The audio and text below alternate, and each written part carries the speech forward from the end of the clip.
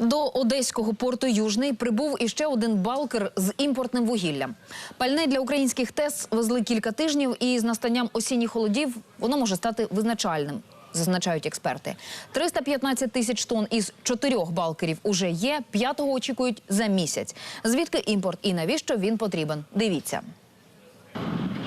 Вже з першими приморозками ця непоказна чорна кам'яна маса запалає кіловатами електрики у наших лампочках та хатніх обігрівачах, рухатиме ліфти та тролейбуси, живитиме помпи водогонів та зарядки мобілок.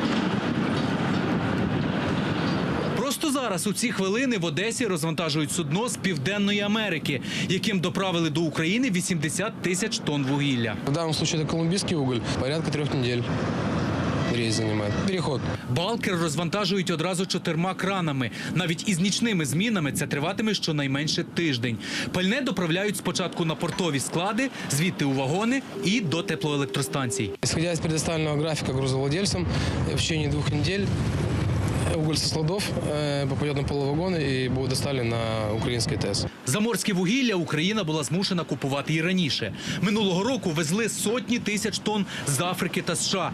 Тепер маємо колумбійське. Експерт Дмитро Марунич каже, що Україна перетворилася з продавця вугілля на покупця саме через окупацію Донбасу. А кіловати, отримані від спалювання корисних копалин, є наріжним каменем нашої енергосистеми. Вони біжать дротами у пікові години чи втамовують нестачу, коли призупиняються атомні енергоблоки. Як от зараз, коли 5 з-поміж 15 блоків атомних станцій на ремонті, а гідрогенерація виробляє значно менше кіловатів, ніж планували.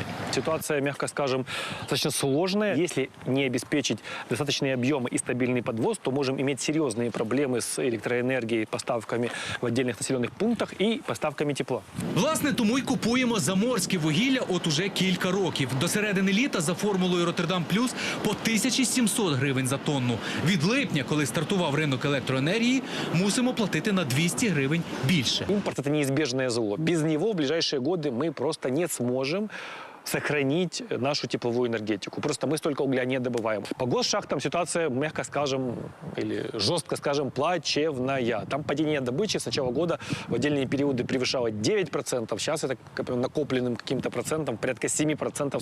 Експерти сходяться на думці, що Україна муситиме докуповувати вугілля щонайменше іще кілька років. У приватній компанії, яка закупила паливо, кажуть, що не тільки купували імпортне, а й збільшили власний видобуток. За останній місяць накопичили склади, збільшили їх. Це сталося завдяки 2 факторам. По-перше, ми з початку року вже видобули більше 15 мільйонів тонн вугілля. А по-друге, ми продовжуємо закуповувати вугілля за кордоном. Водотекенерго буде готовий підставити плече енергосистемі України, навіть в умовах, коли деякі блоки атомних електростанцій вийшли в ремонт. У ДТЕК готові працювати на максимумі потужностей, аби цієї зими в домівках було світло і тепло. Микола Антофійчук, Дар'я Сидоровська, Олег Шпак та Тарас Мишак. Сьогодні канал «Україна».